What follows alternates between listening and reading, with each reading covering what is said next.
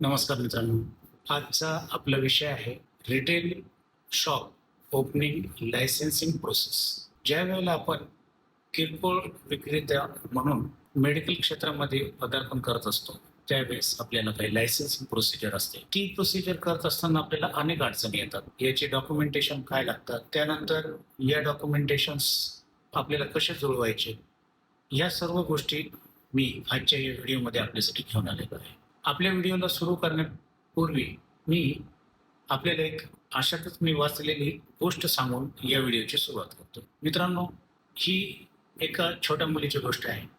ती मुलगी दुपारच्या वेळी रस्त्यानं जात असताना तिला दगड फोडण्याचा आवाज येतो आणि दगड फोडत असलेल्या त्या कामगारापाशी ती जाते आणि त्याला विचारते की तुम्ही हे काय करताय. तिचा हा प्रश्न ऐकून तो त्रस्त झालेला कामगार तिला उत्तर देतो की तुला दिसत नाही का मी काय करतोय, किती उन्हाचं माझं काम चालू आहे. आणि असं म्हणून तो तिला तिकडनं जाण्यासाठी सांगतो. थोड्या अंतरावर दुसरा एक कामगार हेच सेम काम करत असतो, खडी फोडण्याचं, की त्यालाही तोच प्रश्न पुन्हा एकदा विचारते. त्यावेळी मात्र उत्तर वेगळं आलेलं असतं. तो कामगार तिला सांगतो की मी इथं जवळच एक आपल्या शहरातलं मोठं मंदिर तयार होतंय आणि त्या मंदिरासाठी मी ही खडी फोडतोय आणि एक मोठ्या कार्यामध्ये माझा सहभाग मी इथं नोंदवतो. मित्रांनो, या दोघांच्या दृष्टिकोनातला जो फरक आहे तो म्हणजे त्यांच्या कामाप्रती असलेली त्यांची निष्ठा. तुम्ही जे काही काम करताय ते पूर्ण निष्ठेने ज्यावेळेस तुम्ही करता त्यावेळेस तुमचा उत्साह टिकून राहतो. उत्साह टिकून राहण्यासाठी या दृष्टिकोनाची तुम्हाला अत्यंत गरज आहे हे सांगणारी ही स्टोरी होती. तर चला, ह्या स्टोरीचं मॉरल घेऊन आपणही आपल्या क्षेत्रामध्ये सेवा देण्याचं कार्य करणार आहोत. या भूमिकेतूनच आपण या क्षेत्रामध्ये पदार्पण करत आहोत हे लक्षात घेऊन हा मोठा विजडम आपण बाळगूनच या क्षेत्रामध्ये पदार्पण कराल. तर मित्रांनो, आपल्या मुख्य विषयाकडे वळत असताना मी तुम्हाला याची सुरुवात करतो.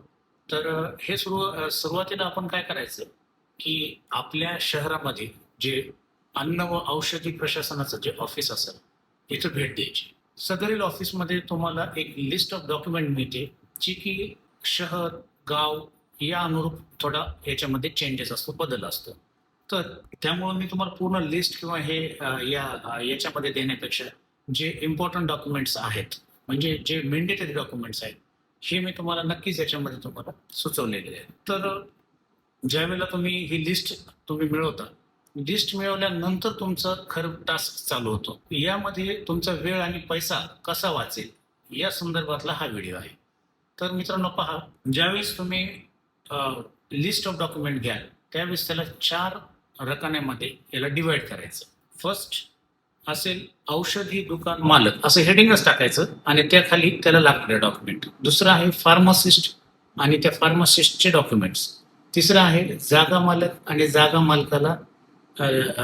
मालकाचे डॉक्युमेंट्स म्हणजे त्याच्याकडनं आपल्याला जे डॉक्युमेंट्स घ्यायचे ते डॉक्युमेंट्स. आणि फोर्थ वन इज गव्हर्नमेंटचे डॉक्युमेंट्स जे आपल्याला या सर्व डॉक्युमेंट्स च्या आधारे बनवून घ्यायचे, जसं की ॲग्रीमेंट, एनओसी वगैरे.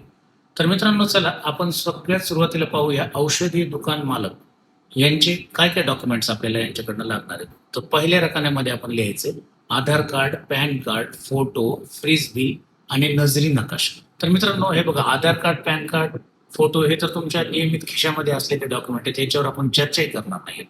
या ओनर कडनं तुम्हाला 2 महत्वाचे डॉक्युमेंट्स आहेत ज्याची तयारी तुम्हाला करायची. ज्याची तयारी करायची नाही त्या डॉक्युमेंटवर आपण फोकस करत नाहीये. फ्रीज बिल आणि नजरी नकाशा. हे बघा, फ्रीज कधी कधी आपण पूर्वीच घेतलेलं असतं. तर अशा वेळी काय करायचं की आपल्या एखाद्या परिचित व्यवसायाकडनं त्या फ्रीजचं किंवा ज्यांच्याकडनं तुम्ही हे फ्रीज घेतलेलं आहे ते तुम्हाला निश्चितच याचं बिल प्रोव्हाइड करू शकतात. तर फ्रीज बिलाचा हा प्रश्न इथं संपून जातो. त्यानंतर महत्वाचा मुद्दा आहे नजरी नकाशा. जी जागा तुम्ही रेंटवर घेताय किंवा तुमची स्वतःची जागा असेल तर त्याचा एक नजरी नकाशा असतो. त्या नजरी नकाशामध्ये चतुस्सीमा असतात. म्हणजे त्याच्या समोरून एक वाहता रोड आहे, बाजूला पद्मनाभ एजन्सी आहे, डावीकडे मंगलमूर्ती मेडिकल आहे, मागे त्याच्या आणखी एखादी एजन्सी आहे किंवा राहतं घर आहे कोणाचं. असं कसं एक चतुस्सीमेचं एक डिस्क्रिप्शन दिलेलं असतं जे की आपल्याला त्या नजरी नकाशामध्ये नोंद करावी लागते आणि त्या जागेचा किती म्हणजे त्या जागेमध्ये तुम्हाला किती बाय कितीची ती जागा आहे, अशा प्रकारचं एक नजरी नकाशा तुम्हाला तिथं मांडणी करून द्यायला लागतो. त्या नजरी नकाशाच्या खालोखाल तुम्हाला तुमच्या एजन्सीचं नाव, ओनरचं नाव आणि सही असा एक साधारण फॉर्मॅट असतो. परंतु इथं होतं काय, की हा नजरी नकाशा करताना बरेच जण चूक करतात. हा एक तर तुम्ही पेनाने वगैरे आराखडा करूनही देऊ शकता, देऊ शकत नाही असं नाही. पण तुम्ही तुमचा हा तयार केल्यानंतर एक कॉम्प्युटराइज्ड याची प्रिंट करा, जी की थोडी इम्पॅक्टफुल असेल. कारण हे डॉक्युमेंट सगळे तुम्हाला ज्यावेळेस तुम्ही अपलोड करता त्यावेळेस त्याचं एक पर्टिक्युलर रेझोल्युशनमध्येच ते अपलोड करायचे असतात. त्यावेळेला त्याचा कुठलाही प्रॉब्लेम येऊ नये त्याकरता हे तुम्ही व्यवस्थित कॉम्प्युटराइज्ड करून घेणं जास्त गरजेचं आहे. तर औषध दुकान मालक याची 5 डॉक्युमेंट मी तुम्हाला सांगितले: आधार, पॅन, फोटो, फ्रीज बिल आणि नकाशा. याच्यामध्ये अडचणीचा भाग फक्त हा नकाशा, नजरी नकाशा हा आहे. तर हा तुम्ही व्यवस्थित फुलफिल करा. कशा पद्धतीने करायचं ते मी आत्ताच तुम्हाला सांगितलेलं आहे. त्यानंतर आपण येऊया दुसरा आणि महत्वाचा म्हणजे फार्मासिस्ट. जर दुकान मालक आणि फार्मासिस्ट एकच असाल तरी सुद्धा तुम्ही याच पद्धतीने त्याचा आराखडा तयार करायचा. आणि हे पहा, याच्यामध्ये हा जेव्हा आराखडा तयार होईल, ज्यावेळेस तुम्ही दुकान मालकाचे पूर्ण डॉक्युमेंट तुमचे रेडी असतील त्यावेळेस तुम्ही त्याला टिक मार्क करत चालायचे, की आधार कार्ड आलं, पॅन कार्ड आलं, फोटो आले, फ्रीज बिल आलं, नकाशा बिल आलं, नकाशा नजरी नकाशा केलं. तर याला ज्यावेळेस तुम्ही मार्क करत चालता त्यावेळेस तुमच्याही माइंडमध्ये हे क्लिअर होत जातं, की आतापर्यंत तुम्ही किती डॉक्युमेंट मिळवले आणि आता किती डॉक्युमेंट मिळवायचे, याची एक छोटीशी लिस्ट तुमच्याही डोक्यामध्ये तयार होते. त्यानंतर फार्मासिस्टचे डॉक्युमेंट ज्यावेळेस तुम्ही पाहाल त्यामध्ये Aadhaar, PAN, registration certificate, marksheet of final year, त्यानंतर TC आणि PPP कार्ड विथ फोटो. तर हे साधारण 7 डॉक्युमेंट्स हे फार्मासिस्टचे लागतात. ठीक आहे. हे सगळे डॉक्युमेंट तुमच्याकडे रेडीमध्ये असतात, त्याच्यात कुठलं डॉक्युमेंट तयार करायची गरज नाही. त्याच्यामुळे सर्वात फास्ट जलद होणार आहे. जर तुम्ही स्वतः ओनर फार्मासिस्ट असाल तर सर्वात आधी तुम्ही हे डॉक्युमेंट्स एका फाईलमध्ये लावून सिक्वेन्स लावून ठेवायचे, जेणेकरून तुम्हाला ज्या ज्या वेळेला इन्स्पेक्शनच्या वेळेला वगैरे सुद्धा तुम्हाला ते पटकन डॉक्युमेंट्स दाखवता येईल. त्याच्यानंतरची गोष्ट आहे ती म्हणजे जागा मालक. तर जागा मालकाकडनं तुम्हाला डॉक्युमेंट घेताना प्रत्येक डॉक्युमेंट व्हेरीफाय करून घ्यायचं आहे. जसं की तुम्ही PTR घेतला तर PTR हा करंट इयरचा असला पाहिजे, त्यातल्या त्यात मागे 6 महिन्याचा असला पाहिजे. त्यानंतर PR कार्ड, टॅक्स पावती. टॅक्स पावतीमध्ये सुद्धा आपल्याला लवकर लक्षात येत नाही, पण टॅक्स पावती ही तुम्ही डेटवरून चेक करून घ्यायची की ही कुठल्या वर्षातली भरली गेलेली पावती आहे.